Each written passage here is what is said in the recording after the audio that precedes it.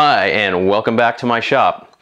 I've got pretty much all of the construction of the case complete at this point, so now it's really time to start thinking about how I want to finish this thing. I thought initially that because butternut is such a light material, it might make a lot of sense to use something with a little bit of color in it so that it would darken up the butternut a little bit. So one of the things I tried was walnut colored Danish oil, and I'll give you a close-up of what that looks like. And it does really darken up the butternut nicely, and I think it does some to bring out the grain. These both have a coat of shellac on top as well, so I can get a better idea what the final finish will look like. But I also tried a sample of just plain old boiled linseed oil, as I tend to use on a lot of my projects. Now this piece isn't quite as figured, so it's maybe not a completely fair comparison, but what you'll notice is that there's a lot more contrast in the butternut grain with the boiled linseed oil. And that's basically because the tinting in the finish isn't muddling that contrast in the grain. It's kind of making everything more uniform. If I hold these up side by side though, you'll see that while the boiled linseed oil is moderately lighter in color, it's not a dramatic difference. It's not as dramatic as I expected it to be. So in the end, I think I'm gonna go with the boiled linseed oil. The other advantage to doing that is that I'm using maple as my drawer sides. And if I were to use this tinted, the walnut tinted Danish oil, it would also darken this maple quite a bit. And you wouldn't get nearly as much contrast between the butternut and the maple on the drawer sides. So one more reason for me to go with kind of my old standby, which is boiled linseed oil, probably followed by a spray coat or 2 or 3 of shellac. One thing I have learned over the past few projects, believe it or not, I do still learn stuff, is to not actually put the bottom on before finishing. That way it's a lot easier to get to the inside, because you know those inside corners right along the bottom, if you're trying to get oil in those kind of cracks, it's really hard to do. So this is actually going to make finishing just a little bit easier for me. I've got everything here sanded down to 220, which should be sufficient for boiled linseed oil. If I had decided to go and use that tinted Danish oil, I would probably want to sand to at least 400, if not 600, because anytime you introduce color, those color particles like to settle in any cracks, any scratches, any blemishes, really sort of exaggerate any mistakes you may have made.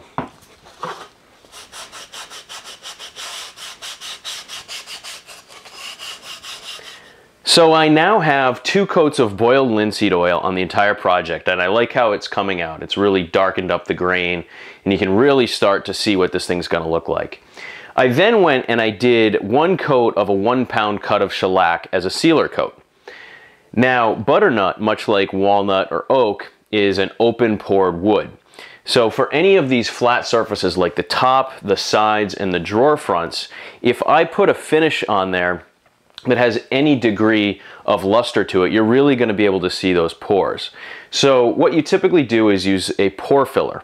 Now the problem I've always had with a pore filler, especially when I'm using shellac, which is really ultra clear, is that you can sometimes see the filler in the pores. It dries to kind of a white haze.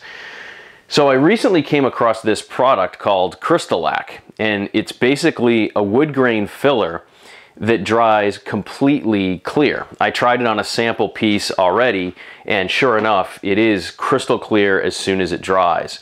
So instead of having to spray maybe 4 or 5 coats of a 2-pound cut of shellac as my final coat to try to fill those pores, I can use this, and then I only have to do a couple of coats as my top coat when I'm spraying my final shellac.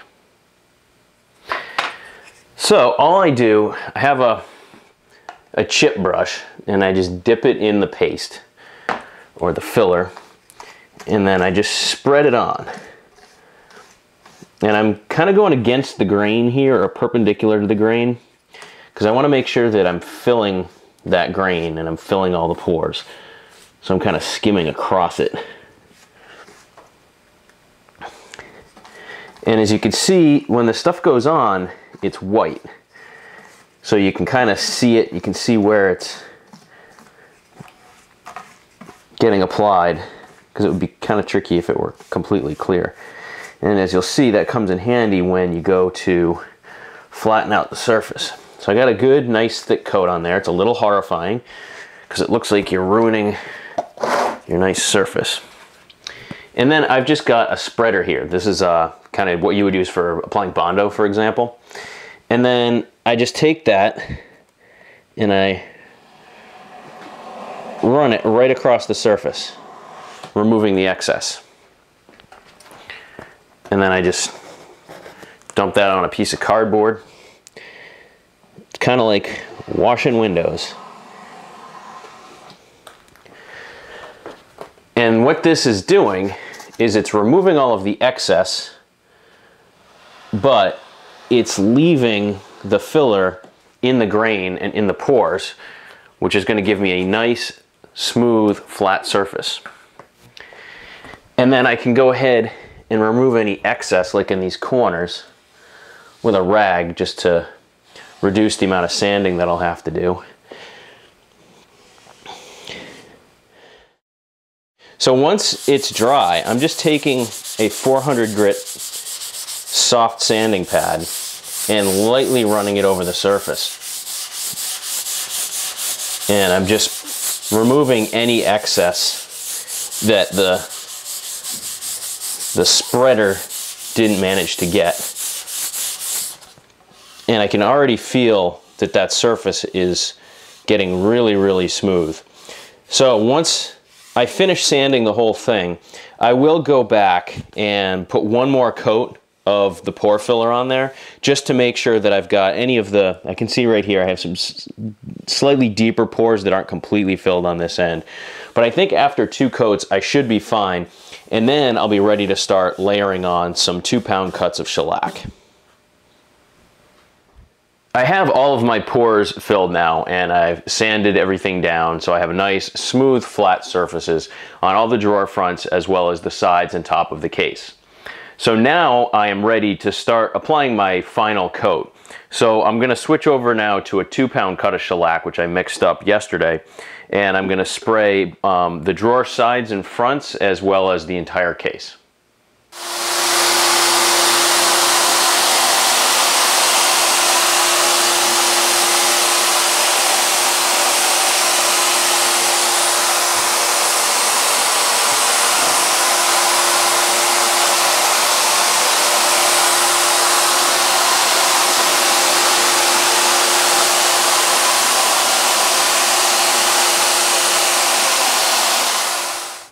I'm now at the point where I've rubbed out my finish. I basically let the shellac cure for about 2 weeks, and then I went through a couple different grits of, well, I started with 400 grit sandpaper and then 2 different grits of pumice stone to get down to kind of a nice satin finish, and then I just leveled it off with a nice coat of beeswax to give it a nice feel.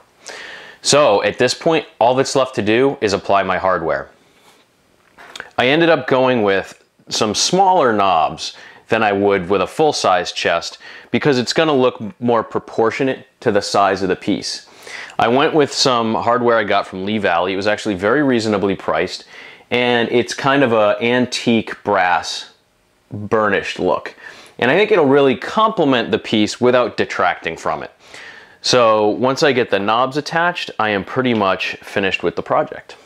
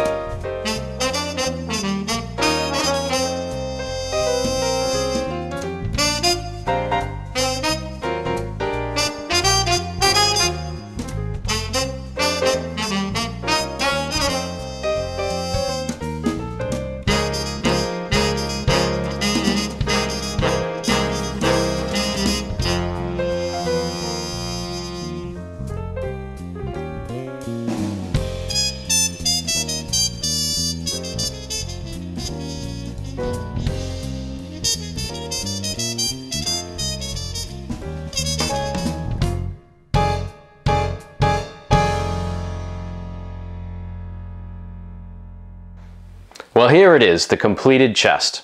I really like how the knobs complement the case without overwhelming it. They sort of blend in but accent the piece nicely, so I think I made a good choice there. Now, if you'll recall, my original design for this chest of drawers was for a tool chest. And in fact, this bottom drawer and second drawer are designed to be able to hold a 22-inch long jointer plane. That being said, I'm hoping to show this winter, and I'm going to try to sell this as a finished case. If I can't sell it or I can't get what I want for it, I still have the option of bringing it back and I'll put some dividers in and it'll be pretty much the nicest tool chest around.